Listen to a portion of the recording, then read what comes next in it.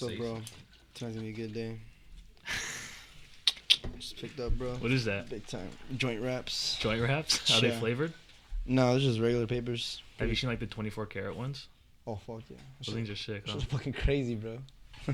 What is that? Why are you shaking that? This is protein I found. Found from like Well, who? not found. This guy, you didn't see him? No. With the long staff and the orb on top? No. What are you talking about? The dude that was in the corner. He had he said his name was like Ganondorf? Ganon? I don't know. He told me this protein powder. I'm gonna drink it, see what happens. He said it works. Well, I don't know. I'm gonna say let's it. see. What the fuck? Did it work? What the? Here's Greenland. Fuck, boy, you so into that. You so into that. I ain't into that. I ain't into that. Got a pussy wet. I get into that. Mop the Percocet. I get into that.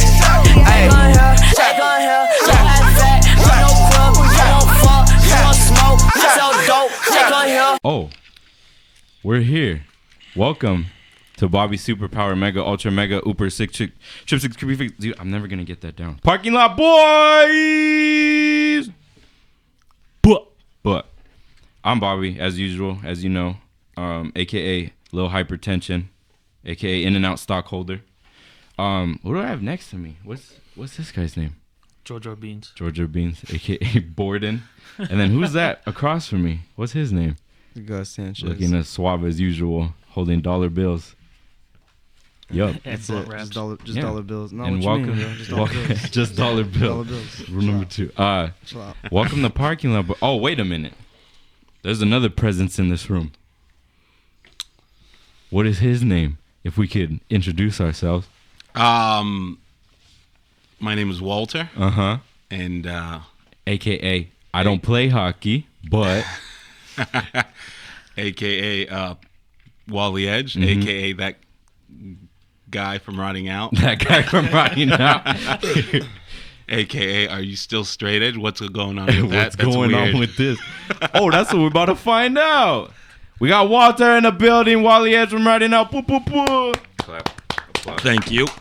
Golf clap. Snap. Jazz snaps. Damn, guys. We made it. A whole other year. How long has this podcast been on? Like October? 2 months. 3 Yeah, months. it's only 2 months. Not a year. Oh, I'm just saying, like, we I was, said under, I was under the impression, like, yeah, we've had this podcast for over a fucking year. Imagine. I don't think I've done anything for a year except be sad. Yeah, this is the last episode of this year. We made it. How did you guys feel about 2017? Fucking suck. Oh, yeah. It was sick. I traveled the fucking country. Oh, yeah. Well, yeah, Jordan has a different experience than everybody. My 2017 was tight. Not mine. Fuck out of here. It got better. It got better, yeah. It definitely got better. So, Walter, that is the first thing we're going to ask you about is your trip to summer camp, Summer if you camp. don't mind. What the almighty gated community? The high fences. Yeah, Everything. You know, we got indoor activities. Yeah. and 3 square meals a day. some good catering. Shout out Panera Catering. But oh man, what about it? What do you? It was fucking miserable. I bet. You Yeah. know, What was it? it was Go ahead. No. it was my life has never been always great or always the best. I feel that. But it's never been boring. That's for damn sure. I feel that. Whether it was good or bad, whether I was traveling the world or whether Uh-huh. I was like homeless or something, like it was never boring. Mm-hmm. So I got to be at least grateful for that. Yeah. You know, at least I got some stories to Always share. something. Yeah. Mm-hmm. Yeah. If you guys don't know, summer camp is a euphemism for, I don't know. Adult daycare. Adult daycare. Jail, prison. Jail, prison. All of that. State penitentiary. So, your experiences there, was it, I don't know how to say it. Was it like Beyond Scared Straight? How they make it out to be? Okay, so prison comes in doses. So everything you see in movies is pretty much a longer timeline, and all the dramatic events kind of condensed down into 2 hours. I feel that. Because So- you got to like to watch a movie. Yeah, Like yeah, that, yeah. something like- So as in a movie, you know, you got something wild happening every fucking 10, 15 minutes. Like, oh shit, somebody's getting shot. Yeah. I mean, not shot. Somebody's getting stabbed. You know, beat up, True. extorted, raped, and yada yada yada. Like, it's not so much like that. I mean, there's always that hostility, the racism, the tension, the aggression. You know, lack of disrespect from certain individuals. Power trips. You know, like corrections officers, you know, kind of like treating inmates like they're not even human. Did you see that more apparent now than you thought you were gonna? Because that's the main thing I've always wondered is if cops are really like weird in there. Yes and no. Okay. Like some cops really love to stroke their fucking dick with the power given to them, and then some of them just wanted to do their 8 and go home. Yeah. You know, they're some pretty cool corrections officers. You know, there's like a final. You know, some of the inmates were more cops than the fucking corrections officers. To be honest. What do you mean by that? You got all these people that are like paid informants and shit like that. Oh, you know what I mean? no way. Yeah. They get like money put on their books. They give someone up. Yes and no, or they pretty much get like extorted by like the police. Like, look, we won't give you this time if you give us this person. Oh, on some Law and Order. Yeah, like Okay. straight up like. That's extortion. That's you know, it's just not black and white. You know, instead of threatening somebody with beating them up, you're threatening them with more time. Yeah. And it's like, who are they gonna believe? You or me? Yeah, that's essentially how it is. You know, politics in prison are very primitive and very basic. So it's like as long as you kind of mind your own for the most. At least the prison I was pretty much ran by like Peckerwoods and ABs. Okay, and then those are just The whites. Okay. The whites, because it was Ohio. Oh, okay. So I was in prison in Ohio. So it was a lot. You know, there wasn't the biggest Latino population, but you know, all of us kind of just stuck together, respected each other. You know, there was a lot of hospitality amongst us. You got to do what you got to do. Absolutely, and you know, it was just like you see a lot. There's a lot of gang shit mostly. Like all the violence is usually derived from gang hostility. The race thing gets put on the back burner if there's money to be made. Okay. So if I'm a black dude and you're white and there's tension between us, but I can make you money, we put that on the shelf for now and get shit done. I feel that. That's kind of like a Business American History X. Yeah, essentially, yeah. where he's like, what do you mean we're gonna go do business with that Yeah, dude? He's you put your ideologies on to the side because that's not gonna pay. That's not gonna put money on your books. You know what I mean? That's not gonna get you fed through whatever it is your time is. You know what I mean? Money rules all. Money definitely rules all. Money rules all. So during that time, would you say, like, you know how you ever hear like Big Boy from Outkast, this fool always say lift weights, read books all the time in prison. Did you find yourself doing that more? So before that, I was powerlifting pretty much full time. Oh yeah. And not being in prison, not having free weights, because in that state, in the state of Ohio, in about I think the 90s, there was a riot in one of the higher level camps. Really? And people died. You know, they would use like the free weights and like to smash just down the blood. mortar and like kill COs and shit like that. So they banned all free weights. You know, whether it's dumbbells, barbells, and stuff like that. So they don't have that. They have like pull-up bars and dip bars and shit like that. So you kind of have to live off of calisthenics. Yeah. And because that's so out of my atmosphere with the weight training I was doing, all I did was just get severely depressed because I was also facing deportation at the time. Oh shit. So I had like my mind was just not where it needed to be physically. Yeah, you had other stuff. Yeah, I had bigger fish to fry. You know, on when it came to that. So I read a lot of books. I had people send me books and stuff like that. I read a lot of stuff on like Taoism and Buddhism and like Really? yeah, and like I read a lot of comic books. I have my friends send me comic books all the time. Favorite comics in Garth Ennis's first storyline of Punisher Max. Oh, okay. Yeah, from like the Bourne issues to like Valley Forge. Like I think it was like 10 trades with like that Barracuda like side trade. So you're a aficionado when it comes to the comics. Oh, I started reading comics since I was like 7. There you Yeah. Renee. There you go. Yeah. I wish I was more into comics. I look like a meathead because I love lifting weights, but like I can geek out on like comic books all fucking day, I man. feel You that. know what I mean? That's how I feel like I am. Obviously, I'm not as buff as I would like to be, let alone not buff at all. That changed in 2018. But but like, yeah, I like to like, I love movies, I love cartoons, but like, I also love going to this places, doing concerts, going pits, everything. But I also sit down and watch SpongeBob. So like, you know, it's good to be well balanced. So okay, when did you go in? I was sentenced. So I was arrested in March of 2016. Okay. And I was sentenced at the first week of July. Okay. And then and I was given 18 months. 18 months. So you got out when you got out? I got out 1 month ago. 1 month ago. It was 2015? 2016. Yeah, Okay. a year and a half. They sentenced me to a year and a half. So this was Before the election? Before the election. Yeah, Before 'cause the election. We were talking about, like, you went in before the election, Yep. and all of this shit was not going on. All these, like, people who are, like, closeted racists are coming out now. Oh, yeah. And, like, Did you notice a difference when you came out? Yeah, that's the big thing that we were talking about. It's like, for you guys, it's like, oh shit, so and so's coming out, like, this dude's a fucking racist, this dude's a bigot, and this dude's a sexist, this dude's touching fucking kids, this dude's fucking harassing women. You know what I mean? Like, but when you're in a boiling pot of just ignorance and hate, you come out, it's not that bad. Like that, I like feel it's a change of perspective. Yeah. When your hand's always burning, you know, when they're in the sun, it doesn't feel too bad. Yeah. Okay. You know what That's I mean? I didn't think about it like that. Yeah, because there's the racism in prison. It's so thick And apparent. You have oh yeah, and it's up front. It's Yeah. right in front of you Yeah. all the time. Uh-huh. You know, and the homophobia and the sexism and stuff like that. You know, it's being a kid from punk rock that has like changed ethics on like that whole view and like, you know, like racism and like all that stuff. Mm-hmm. It's like you have to swallow that to make it by.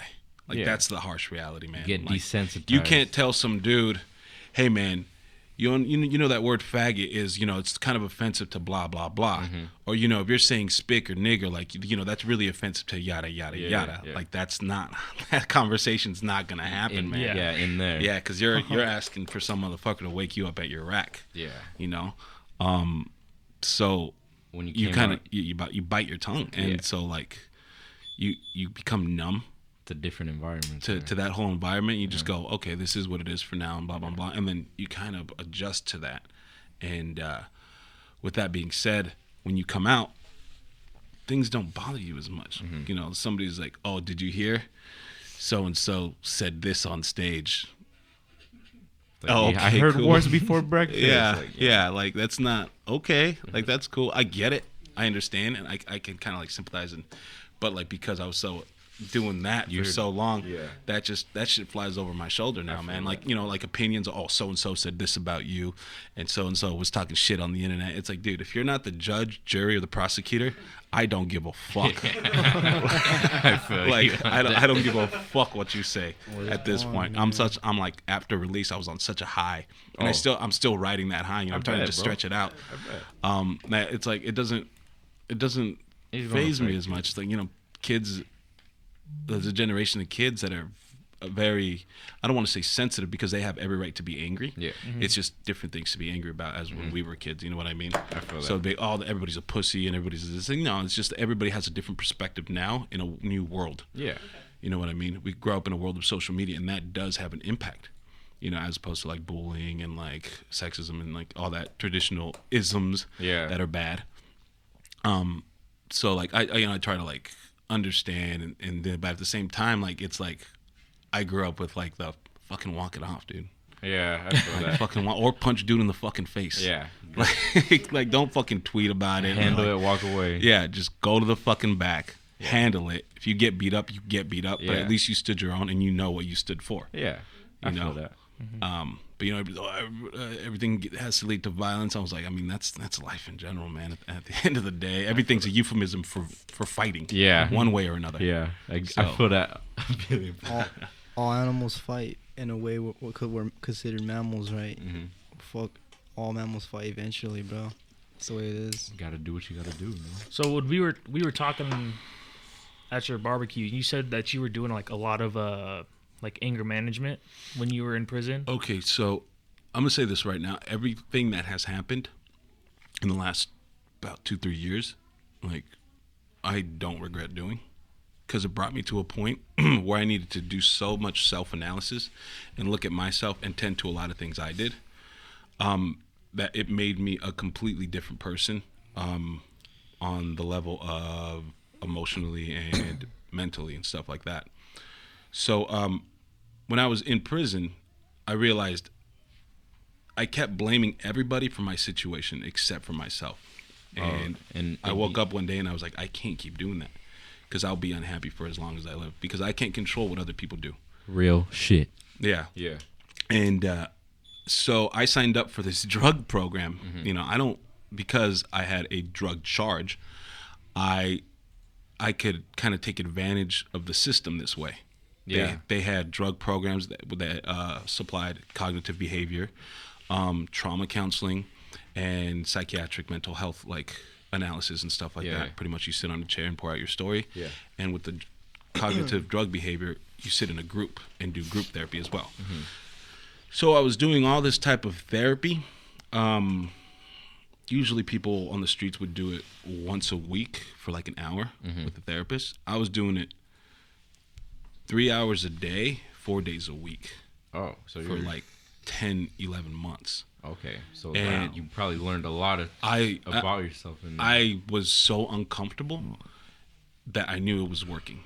Yeah. Okay, I feel that. When you're in a position to expose so much and take accountability for everything that has happened to you in your life, whether it's somebody that did something to you or something you've done and you didn't tell nobody about it. Okay. You know, like, that shit eats away at you. Yeah.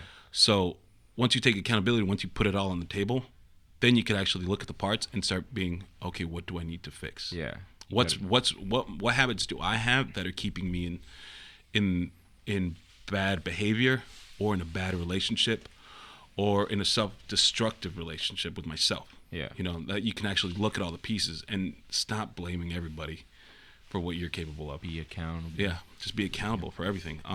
If it makes you, like you said, it makes you uncomfortable, it's working. Like, the Yeah, truth. Nobody wants to hear the truth about themselves. No. So you got to get sanded in order to be polished. Absolutely. That's a great way to say that. So I had to talk a lot about, like, drugs in my home with my stepfather. Yeah. I wasn't a drug addict, but a lot of the group members I was in, they were drug addicts. Okay. So I had to hear their story, and they had to look at me and realize I was the child that they left behind. Like, these men have drug problems and they left their kids behind. You know, I heard people talking about, like, they prostituted their children for heroin. You know, they broke into houses for meth. Like, I used to hate drug addicts with a passion because of the impression my father left on me that drugs did to him. I thought they were worthless pieces of shits and stuff like that. But when you're around it, when you are around it and you look at how deep the disease of addiction goes, you can't help but sympathize, be like, wow, like, these dudes didn't want it to get this bad. Yeah. They just didn't know how to cope with reality. Yeah. So it led them to drugs. It led them to sex. It led them to codependent behavior, where they felt like they always needed to be validated by other people all the time. You know, it's self-destruction, stuff like that. You know, and drugs are 10% of the problem. Everything else is, like, your method of thinking and how you approach things in life situations and stuff like that. Yeah. So, like, that's where the group focused on really attending to the core issues of what happened to you as a child, because everything preteen or pre like adult, like in your even in your teenagers, developmental years. Yeah, everything that spawns that. You guys ever see that, or was it on Vice, or was it, remember The Therapist, when he interviews, like, famous people? I saw that. I saw that when I Get Out, because somebody mentioned that to me. You watched it? I watched a couple of them. All I remember was Katy Perry crying. Yeah, Katy Perry was just, like, sobbing. Yeah, I remember that one. There was one I saw with what's his name from Slipknot, Corey Taylor. Yeah, Corey Taylor. I really like Slipknot. So I was like, oh, this is cool. But I never knew who he was as a person. So when he's talking about it, like, it's literally like to be that brave to put, let alone go to a therapist, but put it out on television about your own shit. Yeah. Like, he said, he was like, there was always, like, I was around drugs and my mom, this and that. And then he's like, the therapist, he was like, okay, well, we're going to help you figure that out, blah, blah, blah. And then he's like, yeah. And then this one time I was molested as a kid. And then he's like, wait. that's the problem that it's coming from. Like that's the stuff that was coming, where it all rooted from, and then you saw it in his eyes like an epiphany, like, oh my God, like this is what's really going on. That's why mental health, everybody, it's important. Like, yeah, I firmly believe, as much as I joke on the internet and laugh and, you know, constantly just kind of like try to keep an upbeat behavior about shit all the time. You got to. There was a lot of stuff prior to prison that I was so scared to reveal, you know. But once I forced myself to talk about it more and more. You know, there's the child abuse, homelessness, drugs in the house, you know, domestic abuse. I was molested. Violence constantly, you know, like in my teen years, stuff like that, you know, like being assaulted and shit like that, like gang shit as a kid, you know what I mean? Like, you think because it's so common that it's normal life, that it's okay. You know, you normalize these crazy, chaotic, like, times of your life, and you think because you've seen a few dead bodies fresh, that's normal. Yeah, everybody's seen a dead body, right? No, that's you not. know, everybody's seen people get shot in the face. Everybody's seen people overdose. No, that's a reality thing. It is not. And you're right. Like, I had to get down to the core issues of everything and why I am the way I am. And I guess in pictures you only see the smiles. Oh yeah. You know what I mean? You never see all the shit that it took to get there. Yeah. Or in pictures you see the fake smiles that are constantly trying to hide the shit you're trying not to show. Yeah, shit you want people to see or want people to Yeah, you want people to believe that you're just fine. Yeah. You know, half the time. Do you feel like prison at all helped you? I think prison was the best thing that ever happened to me. Because I firmly believe that. There's like a really, really high recidivation rate in America. And a lot of people think that, well, including myself, they think that prison is just a punishment and not to, like, make you a better citizen or a better working member of society. And that's the thing a lot of my, like, counselors told me. They're like, prison was not built to make you function better out there. And I happen to be in a prison where they offered that type of assistance. Not a lot of prisons offer the help I got. Oh, so you, like, kind of lucked out. So I essentially lucked out. I was exactly where I needed to be. Yeah. And I took advantage of that. The problem is people are so scared of who they are and so embarrassed and so full of shame and guilt that they don't want to tap into that. So it kind of keeps them in this stuck position of constant behavior, and that's why people get institutionalized, and that's why, like, people become repeat offenders. Not saying the institution does not contribute to that. I feel that. But you pocket somebody in position of desperation all the time, and all they know is being cornered. That's all they're gonna know. Yeah. That's all they're gonna live by, and that's how people become institutionalized. And you go to a prison as just a timeout. No one's actually showing you shit, and you're forced to survive in a place where it's just full of cutthroats. You know, like, okay, you're going to prison. You did a bad thing. Now you got to survive in a place full of motherfuckers that are grimy and do dirty shit. And some of these people, this is their home. They are not going home. Yeah. So they know how to con, beat their way up through shit, and hustle their way out of everything. So when you're in that atmosphere, you have to do what it takes to survive. And some people, that's all they become adjusted to. So that, you know, you got after the third number, it was said that it becomes habitual. What do you mean by third number? Third number, your third prison number.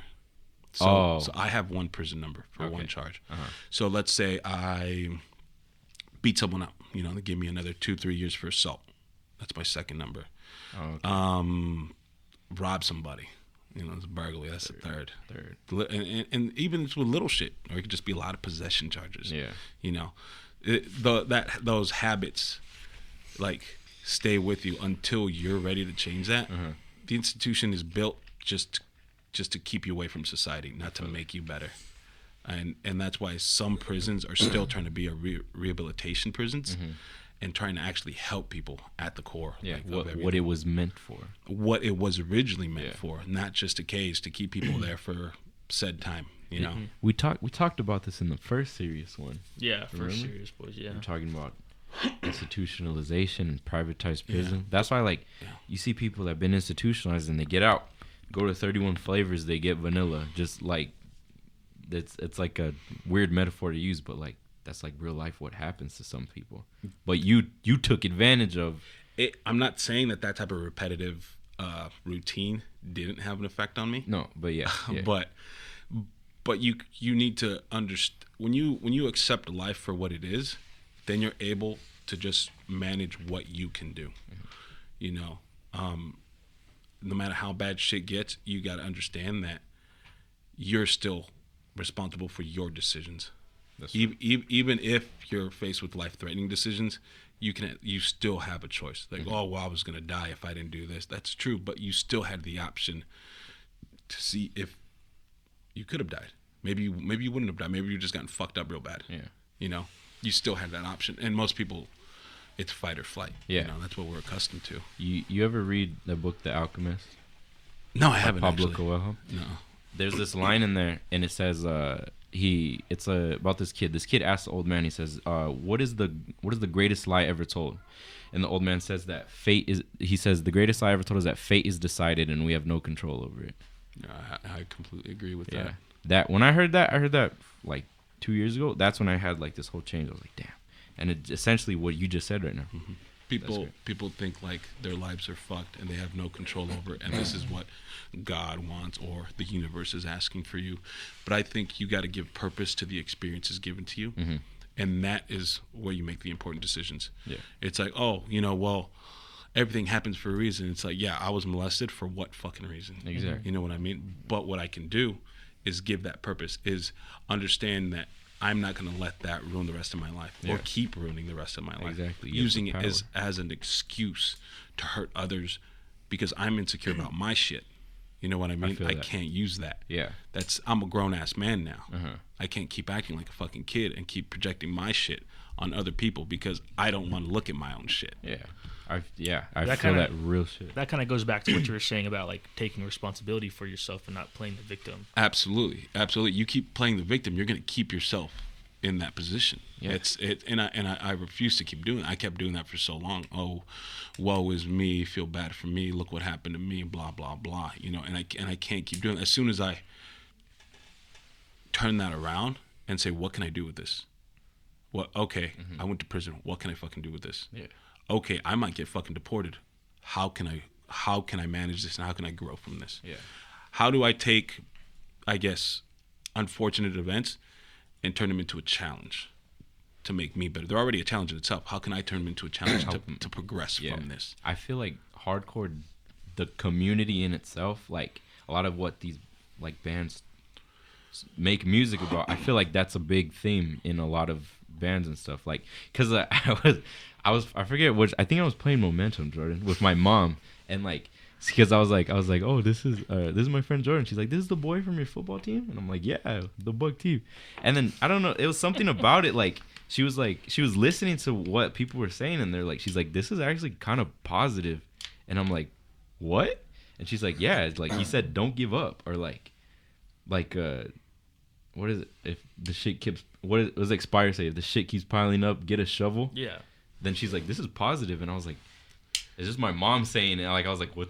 Okay, like what are you saying? But It's I was a good line. Yeah, that's why they were so popular. Yeah, that's why that shirt. They always had those shirts that said that. I feel like that's a big theme in like a lot of bands. Well, granted, there are some bands that like don't do this or don't do that, but a lot of it's about like sacking up and dealing with shit head on. Yeah, just being trying to be productive, and sometimes it's not even trying to be productive. It's just make it out. Yeah, like just don't give up. Yeah. Just make that. You're almost there. Like all you got to do is make it through the night. That's it. Like there's a saying they tell drug addicts, because drug addicts are so impulsive. That all it takes is one. There's one is too many. 1,000 is never enough. When it comes to like drinking or using. Oh, what do you mean by that? Like one is too many. Like one is enough to just ruin your whole fucking life and put it back into the existence. And 1,000 is never enough, which means like you can never have enough because you're an addict. Yeah. There's that enough does not exist to a drug addict or an alcoholic. Damn, but there is something they tell them, like, look, one day at a time. That's it. Just one day at a time. Okay, you might get high tomorrow. You might get high the next day. But today, just make it to today. We'll work on tomorrow when we get there. Yeah. If it even shows up. Don't scale a mountain you haven't even started climbing. Yeah, essentially. And because we're such insecure individuals, you know, that we're always trying to manage everything. Yeah. That we're thinking of next week, week after, family, rent, you know. These are real issues, you know, but like when you let them absorb you completely and you let them run rampant, like then you start making decisions impulsively and you start slipping back into a bunch of shit. Yeah, it's slippery slope.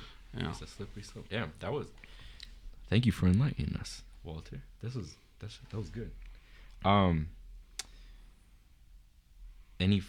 Do you have any other final thoughts about that? About your whole Like to sum up everything. Yeah, sum up everything. Prison and the help that I got when I came at a point when I was too arrogant to admit that I needed help. I originally started it as well, the drug program, to look good for the judge, because I was fighting the deportation case. Yeah.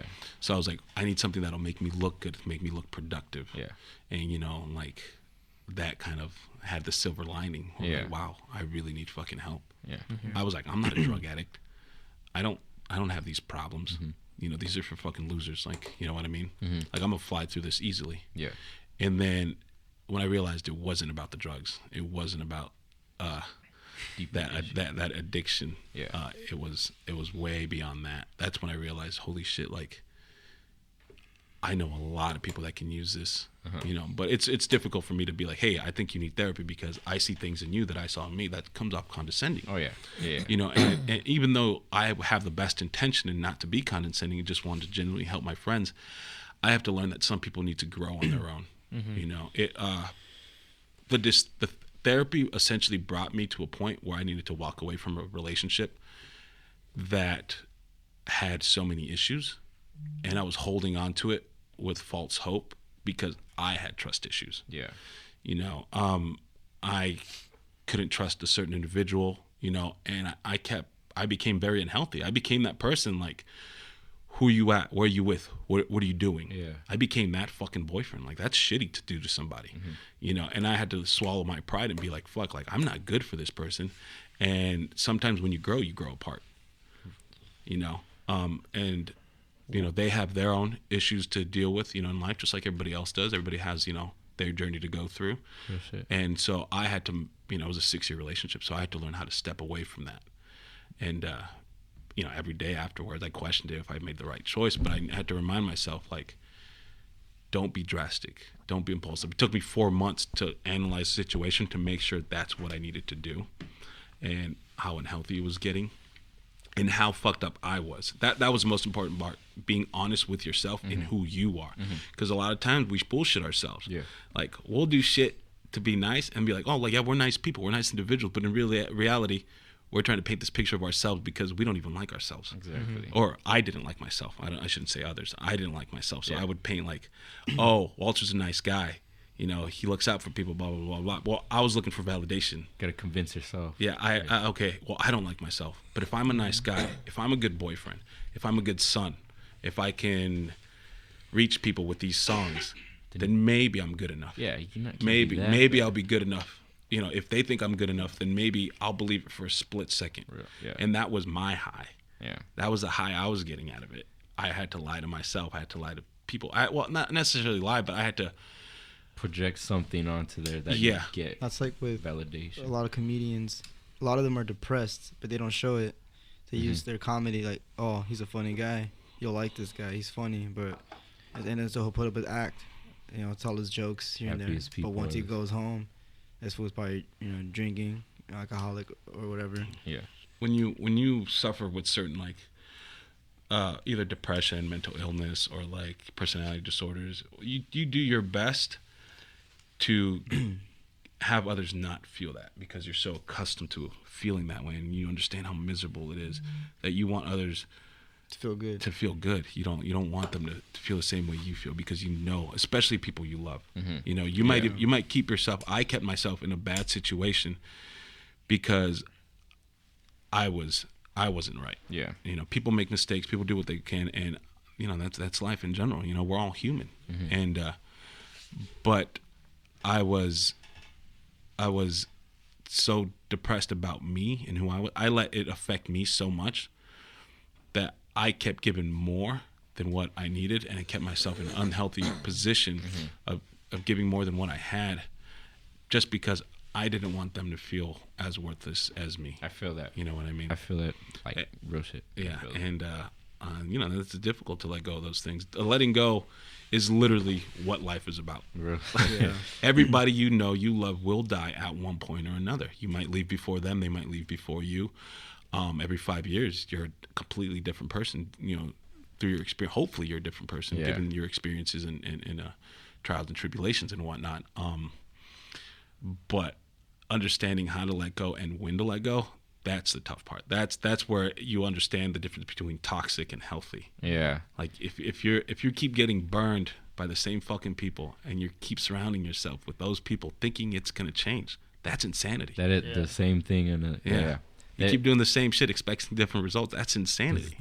There was something that Jordan told me when we were in high school that you said that like really like opened my eyes more, or I don't want to, that's kind of cheesy, but like it helped me fix my like the stuff I had to deal with. He said if you're not losing friends, you're not growing up.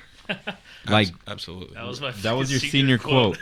And then when he told me that, I was like, okay, who the hell is rotting out and what? I need to listen to them. Like real honestly. That's why. So I want to thank you for that. No worries. So speaking of rotting out, how was it? That's a ghost. What were the final days? Yeah, I think that's what everybody wants to know. Like the final days leading up to it. Okay, so there was a lot of variables Mm-hmm. to that. There was missing money within the band, so there was a lot of trust issues. There was so much touring that it became a job to me.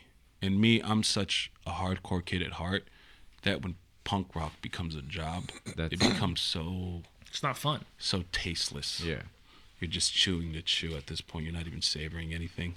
Something you thought was so like fun. And at that same time, in my relationship, was real bad. Like... It was a cluster. It literally everything. And then a couple of my friends died that same year. Shit. Tim Butcher died, Sammy Winston died. And then I was just like, that literally all happened within like 6 months of each other. So it was this constant pile up and me not being right in the head, And so like I had to walk away from a lot of things. For a brief moment, I walked away from my relationship. I had to walk away from the band. I started picking up bad habits, real bad habits when it comes to money. You know what I mean? Like doing what it takes and whatever and stuff like that. You know what I mean? You get caught in when your whole life's out of control, you look at what you can control. Mm-hmm. And somebody like me, we run with it. We do whatever. If I can make $5 out of this dude for this, or if I can go here, hit a lick and whatnot, then that's something I can control. Yeah. And at least something's under my control because I need that. You need that stability. I need some stability. That little, like, because my life's just out of whack, thinking I can't control any of it. When in reality, I can never control it. You know what I mean? Yeah. It just is what it is, and I just got to go with the flow at this point. And that led up to a lot of resentments in the band. There was no bad blood anymore. Okay. All that's like under settled. The bridge. Yeah, the dust is settled with all that. And even then, it didn't even last long. Just because I was so focused on my shit that I didn't even want to care about that. I did a thing where I just like out of sight, out of mind. You know what I mean? Yeah. A lot of things that were unattended.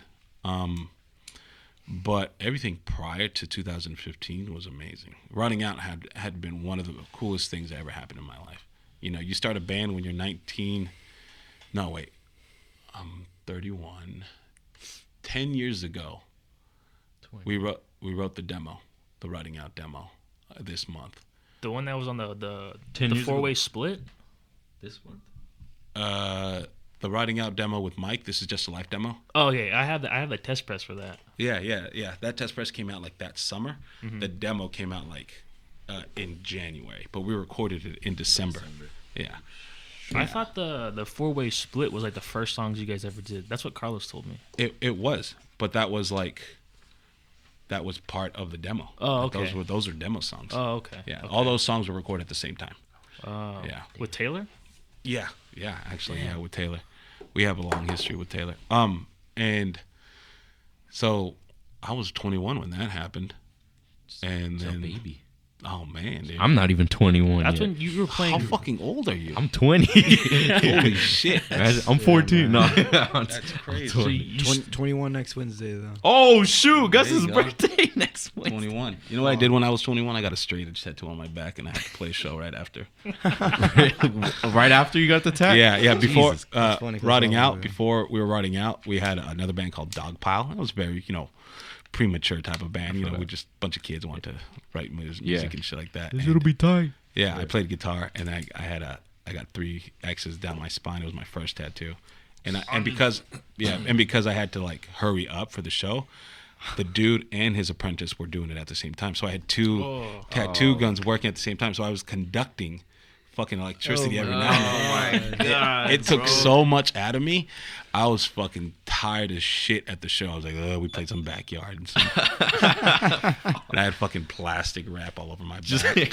Bleeding. Just, Yeah, just bleeding. I'm on cool. shit. Oh, trust me. No, it's fine. I got this. I wanted.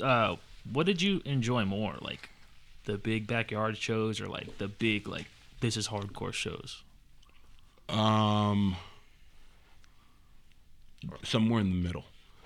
Like a chain show? A chain show, or I'm trying to think of shows that or like a fucking skate park show, man. What's the skate park called? In Carson? Yeah, Oh, I forgot the name of the skate park. I know what you're talking there was about. just a show there the other day. Yeah. Vets? That's part. Right, Yeah, right, right. Veterans Park? Because for me now, when I look at bands, a lot of bands want to be fest bands. No band, like when we did that tour on like half of the East Coast into the South and like some of the Midwest, everyone said nobody wants to tour anymore. I got that every single city I went to. Yeah. So here's the thing. And once you're in it long enough, you see it, and it comes in cycles. There'll be a group of bands, and they'll do nothing but tour. In our era, it was Backtrack and Rotting Out and Expire, like all those bands. Like that was our first East Coast tour was with those 2 bands. Expire was opening, and they had a demo, and Backtrack had a demo. No, Backtrack didn't even have a demo yet. They were playing songs that they were gonna demo, and they would do a couple covers. Yeah, like that was like the first East Coast Rotting Out tour. Rotting Out, Backtrack, Expire, and I was on guitar. And we were just sleeping wherever we fucking. What year was that? That might have been 2008 Oh shit. or early 2000. No, late 2008, early 2009. I was in 5th grade.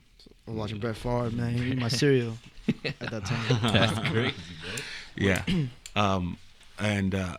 But it was the shows in the middle, like that. Those chain reaction shows where we would like be second or third, and we realized kids came out for us. You know what I mean? Or like, Is that when it hit you? Like, damn, this could be something. Like, or no, it never. It didn't hit me till like about 2015 when we broke up. People, Really? people were like, dude, you realize you're in a big band, right? Yeah. And I was like, I think I was just so lost in my own shit that I just didn't see it. It didn't hit It slowly grew, and before I knew it, we were headlining tours, and I was like, oh, I don't want to headline. Like, oh, this is stupid. Why are we headlining? Why do we got to play last? Dude, that's how it was for like us, because we're about to do a headliner right now, and we're like, cause like shows like people will leave when the headliner's about to play. Yeah. I mean, but I've done that. So I Yeah. can't be mad. Yeah. I've definitely done. So it's like, I dude, go sick. That band was rad. I don't want to see this last band. Yeah, do you want to play last, and like maybe there might not be anybody there, like. Yeah, I mean, but I always stuck to, no matter how many people were in the room, I give everything I got, because I refused to play a show, and the last show I ever play, for some reason, was half-assed. Ooh, real shit. Yeah. Damn. So That's like, good. I didn't ever want to do that. Even at the last show, prior to the Rotting Out final show in Texas, it was like a weird fest. Like Hatebreed was playing all these weird metalcore bands, and there was like a 15-foot stage and like a 10-foot barrier, like shit out of my element, like that shit. That's when I knew that I was like, I don't like this. Like this isn't us. This isn't me. Yeah, it wasn't underground. Yeah, it wasn't. Not even that it was underground. It was disconnected. When you put bands like that on a platform, you give people this kind of facade that, oh, now you're above everybody else. now you're somebody. I can see that. Yeah. And like at the reality, it's I'm not. It's like, dude, I just went to fucking prison. Yeah. Like I ain't fucking cooler than nobody. Yeah. You know what I mean? I'm just another kid like caught in the hustle and shit like that. You know what I mean? That's just life. I just happen to have a band that people happen to enjoy at that time. You know what I mean? I feel like once like, it sucks like with a lot of like with bands, but like and rappers too, especially like when you starting to get bigger, you notice a certain like the fan base. It's not like what do you say? Not really about it. Like you can notice that like who the fakers are and who this and that is. So then like.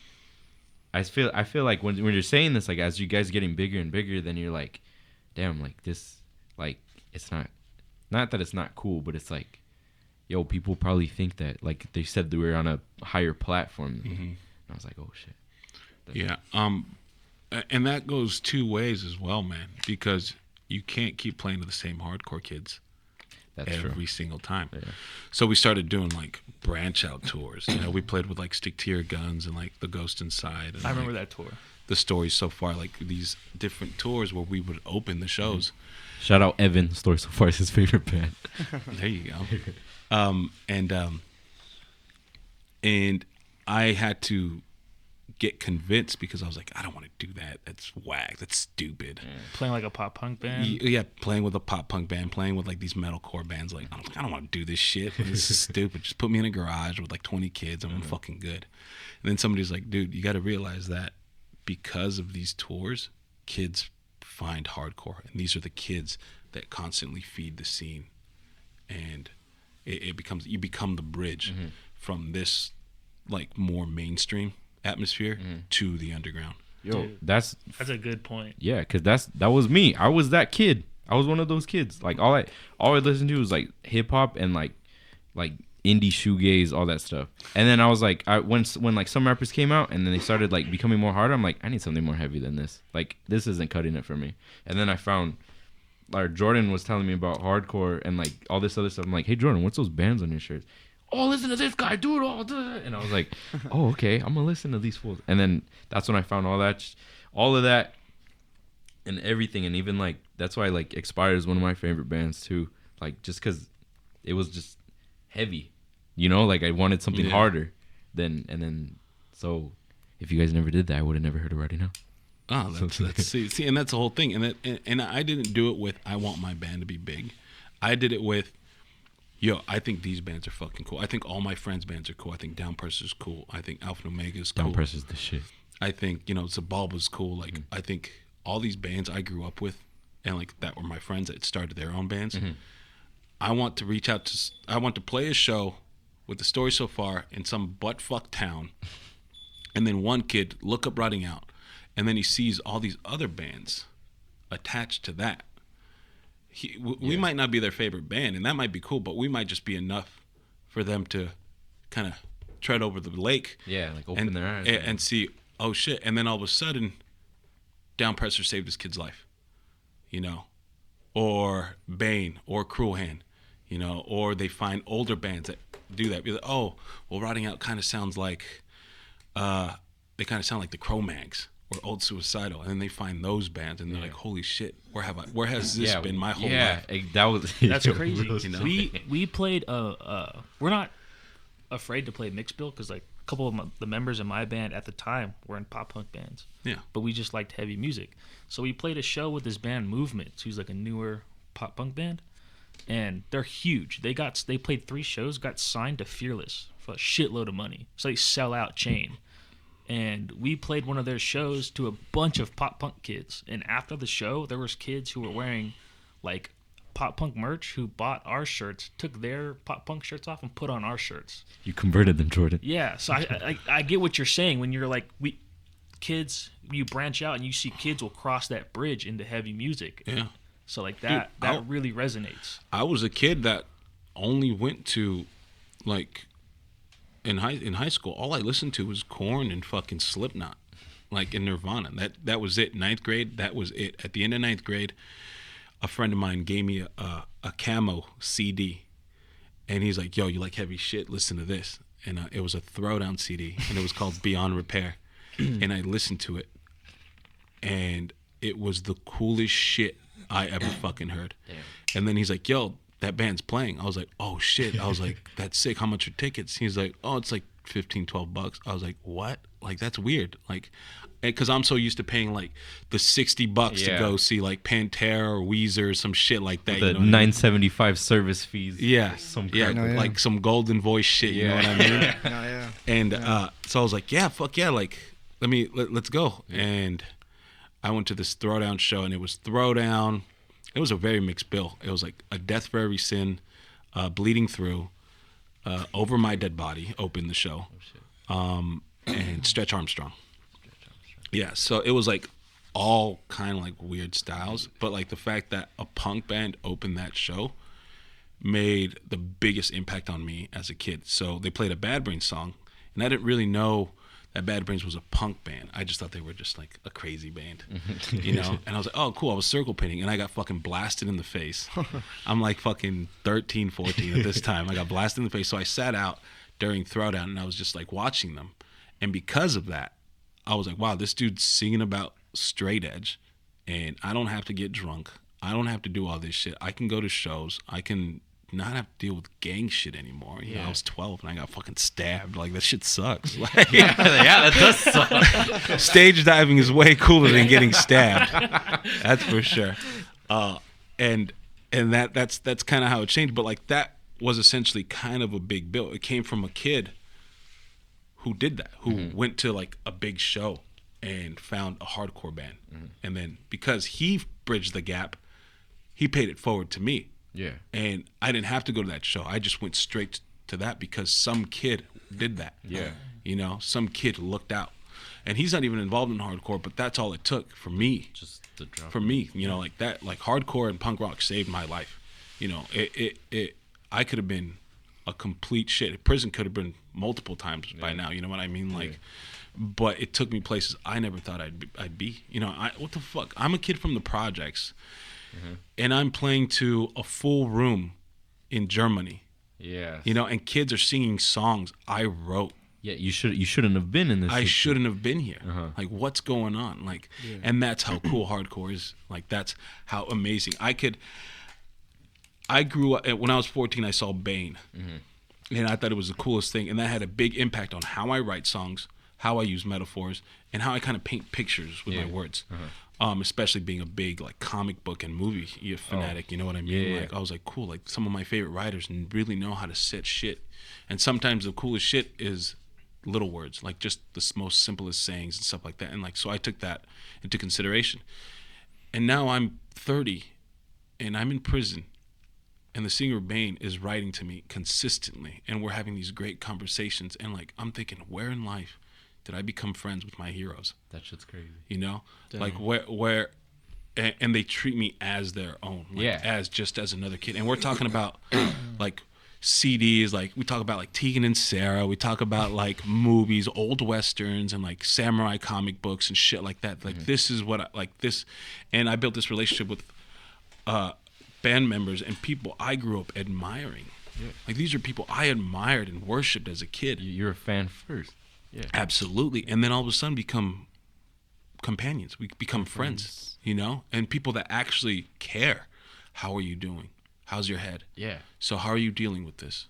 You know, what's your plans, man? Like, what do you know, okay, you know, and they try to push you in the right direction to help you just grow as an individual. That's crazy. And that's genuine friendship, as opposed to people always going on your side and be like, yeah, fuck that dude, blah blah blah blah blah. Yeah. Like, yes guys. A bunch of yes guys. You know what I mean? People, friends that challenge you, you know, to be a better individual, and that's what hardcore brought. But all that wouldn't have came if it wasn't for some dude that went to a show that had a hardcore band there, and he got into that. I didn't even go to that show. Someone else did, and that's what I got out of it. And then you got that's just crazy, bro. Like It's the cycle. Yeah, it's a virtuous cycle. That's why I don't like. Dude, I tweeted some shit about like Knocked Loose, right?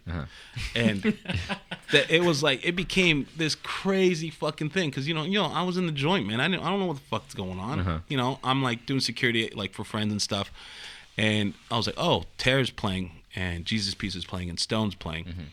Who the fuck is Knocked Loose and why are they headlining?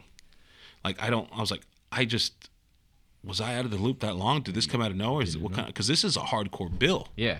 This is a hardcore tour. Oh yeah, dude, Terror. Yeah, and this band's headlining. Okay, okay. So I'm like, who is this? Yeah, you know, yeah. and kids are going like, oh, it's whack. And some people are like, yo, like this band's kind of cool. You know, these people are cool. You know, they're hardcore kids. They just happen to play a little bit more like metalcore type influence shit. You know what I mean? Like, which I don't care. You know what I mean? And just based on that, like, wow, this is a band that apparently they're young, and they got so much attention from whatever tours they did that opened that gap. And now they're doing exactly what I would do. They're taking hardcore bands and using their platform to expose younger and great bands. Yeah. Jesus Piece, Stone being fresh new bands, you know, to the world. Yeah. Terror being a staple in our scene. But you then know, it's like the first time these kids have heard and them. it's the first time, and they're using their attention to be like, yo, check these bands out too. These Listen are to bands this, listen to we like. Yeah. Do you think that because you were one of the first hardcore bands that I saw get signed to Pure Noise, and right now Pure Noise is fucking killing it. That's also another weird thing. I'm like, so I finally checked out the band, Knocked Loose, and I was like, holy shit, they're on Pure Noise. Yeah. Like, Terror's on Pure Noise now. Terror's on Pure Noise? Yeah, and so is Stone. Stone's getting signed to Pure Noise. Yeah, I was trying to get them to like be like, look, you need to check out these bands and this band. I didn't think they would get Terror, which is awesome. Yeah.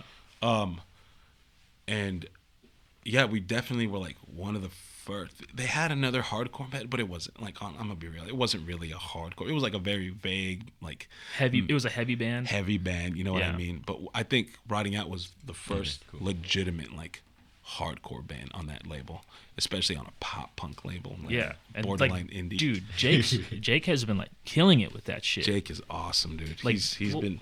I kind of feel bad because we broke up and we owed him a record. Oops. Yeah, oops. But I will back him fully. And so if he's making those decisions to signing bands like Knocked Loose and Terror, I can't do anything but stand behind him. You know. Do you think you guys could have filled that gap, or do you think you guys could have been Knocked Loose big if you guys kept going with Pure We were Noise? supposed to do Warped Tour. Yeah, because you guys we got it dropped offered, it, right? Yeah, so it was a bunch of weird shit. We weren't like, I don't even remember if we were locked in for it completely or if we turned it down. I honestly, I just remember going, I don't want to fucking do Warped Tour. Every band says it's hell. I don't want to do it. I've talked to the bands and they go, you would hate Warped Tour. He's like, you can't jump on people. They'll kick you off. Yeah. They'll give you a warning. And I'm just like, then what am I supposed to do? Yeah, I was like, well, then why? Like, why though? Yeah. Like for reals, like that one brings me into because I think they invited Mike, but Mike said no. I think that's what happened or something. Either that or Mike just said, "Yeah, I'll never play Warped Tour, even if they get invited. Fuck that." The only time I wanted to go to Warped Tour was when Waka Flocka Flame was on the bill, but that's only because I want to see Waka Flocka Flame. That's so weird. He was on it like last year. Yeah, dude. That's I was like, that's it. But that's so weird. That wants to bring me into the next topic real quick because we kind of ran out of time. Oh shit, sorry. No, it's all good, bro. Hey, this was one of the best ones we had. New bands and or rappers, if you have listened to them that you like now. Actually, lately I've been big on like ASAP. I didn't like ASAP Rocky for a long time. Really? But that At Long Last ASAP, you liked it? A fucking good record. I love when rappers get out of their own element. Yeah. Okay. I feel that. At Long Last. The second one. That's pretty old too. Yeah. It's not. Motherfucker, I've been out of it. Yeah. Okay. Yeah. I'm sorry. No, yeah. And there's a mix tape, that DJ K-Slay mixtape. DJ K-Slay? Yeah, Okay. he did like a bunch of good artists. Like, dude, I'm talking about like, and no one fucked with it. I'm like, yo, have you heard of this? They're like, no. I'm like, dude, it's got Kendrick, Busta Rhymes, fucking The Game, Tech Nine, Eminem. Actual spitters. Yeah, Actual. like real hip hop lyricists. Yeah. Like and no, people are just like, it just slipped through the cracks. I'm like, how are you guys like? Because I got on person and I'm looking for shit. Yeah. I'm looking for demos. I'm like searching the internet. I'm asking my friends. You know, I'm checking out bands and shit like that. So, and I was big on a lot of that. And I also like rediscovering old records. I feel that. Like, that's cool. Like, I went back, and a big contribution to Street Prowl was Let's Get Free by Dead Presidents. Really? That album. Yeah. Damn, Every bro. Rotting Out lyric has been written to hip hop beats. Okay, I can see. I think that's what appealed to me most when I like heard, like, found out about hardcore was more like, it was more like rhythm and stuff like that. Yeah. Even like Keep it groovy. that's like when, like, I heard, I forgot the name of the song, but it was on. I think it was on. It's my bad. I'm not talking to the mic. I think it was on Street Prowl. It was like Faith and Failure. Oh, Faith and Failure? Yeah. I Yeah. heard that and I was like, I get jiggy with this shit. Like, I was like, okay. Like, I thought it was cool. Like, I thought it was super sick. Yeah, a lot of the stuff is just like, I love hardcore and it's my favorite, but when it comes to creative writing, I gotta go other places. Like, I'll write lyrics strictly watching the same movie over and over and Really? over. Yeah, like I did that with Unforgiven with Clint Eastwood. Really? Okay. Yeah, like I would watch that over and over and over. Or old like samurai movies or old gangster movies. You know what Okay, I mean? Like, yeah. I would watch I'd even watch like weird prison movies Okay. too, like before all this shit. You know what I Yeah. mean? Like I would like. It's just different creative outlets that you have. It helps you with. it. Yeah, You'd find like yeah. a concept for. Usually my writing process always started with a title. So Street Prowl, it started with just those two words. Mm-hmm. And even the first line was like, so where do I start? You know? And that's literally how I wrote the record. I just grabbed that concept and I just extended it, webbed it out. And I did the same thing with Wrong Way. And with Reckoning, that was more of a setup to a bigger thing. Okay. Reckoning was just a small sneak peek to something a lot bigger that never came. Then You know? Ah, man, that sucks. Yeah. That's why people are like, oh, they just did an EP. It was like, yeah, it was supposed to be an introduction to a lot. But if you listen to End of the Road, it's literally me going, I'm leaving this band. Oh shit. Like you have, and even in the layout, I had like a hand on the layout, and on the back of the layout is us writing those songs. One picture of us writing those songs, and I'm not even in it. Oh, spooky. Yeah. I like doing shit like that. Yeah, though. yeah. Like little shit like that. And you It literally turns more says, into like, art. you're coming home. That's one of the lyrics in that song, right? Mm-hmm. Yeah, see? Yeah. So it's like, so one of the lines is so baby girl, leave the light on. Tell the boy I'm coming home. Yeah, there you So go. referring to my dog, like I'm coming home. That's cool. That's Yeah. That's a little deeper. Because I remember you tweeted that long time ago, like right when you guys broke up. Broke up. that that lyric was literally like you telling people that I'm leaving the band. Like nobody got it though. No one got it. Yeah, Damn. Wow. The song's called End of the Road. and still no one got I it. literally told you guys. Damn, bro. Well, That's cool though. It's a good wordplay right there. Walter, thank you for coming on, bro. Oh, thanks for having me, man. This was honestly like one of the coolest ones. Like I like it was still pretty cool. Like what was I gonna say? Oh yeah, final thoughts. You got any quick final thoughts? I need more kids under the age of 23 to start bands. I think that is very important. The one thing I noticed was not a lot of young involvement with hardcore. I feel You that. know, like Too many super bands. Is that what you're saying? We need the power to the people. honestly, I the think kids are children. fucking lazy. True. Because kids are very spoiled with how much hardcore. Like there was a generation of hardcore bands that exploded all at once, and all that kind of carried through and rippled. And then there's a lot of good new hardcore bands, but not enough. Like, not enough. I need a band that sounds like fucking Youth of Today. I need a band that sounds like the Cro-Mags. I need a band that sounds like Marauder. I need a band that sounds like fucking Hatebreed. You know what I mean? Like I need newer I need kids. I need, because when I got into hardcore, I was a teenager, and that's when I was the angriest. Oh, anger's a beautiful thing. Oh, it's a wonderful, beautiful thing. And I think not enough kids are being heard when they have so much more to say than I do. I feel that. You know, $1,000,000,000%. I've grown so much since those records and stuff like that, and I still have so much more to say. So I can't even imagine how much shit a 18-year-old kid from the slums or from the middle of nowhere has to say.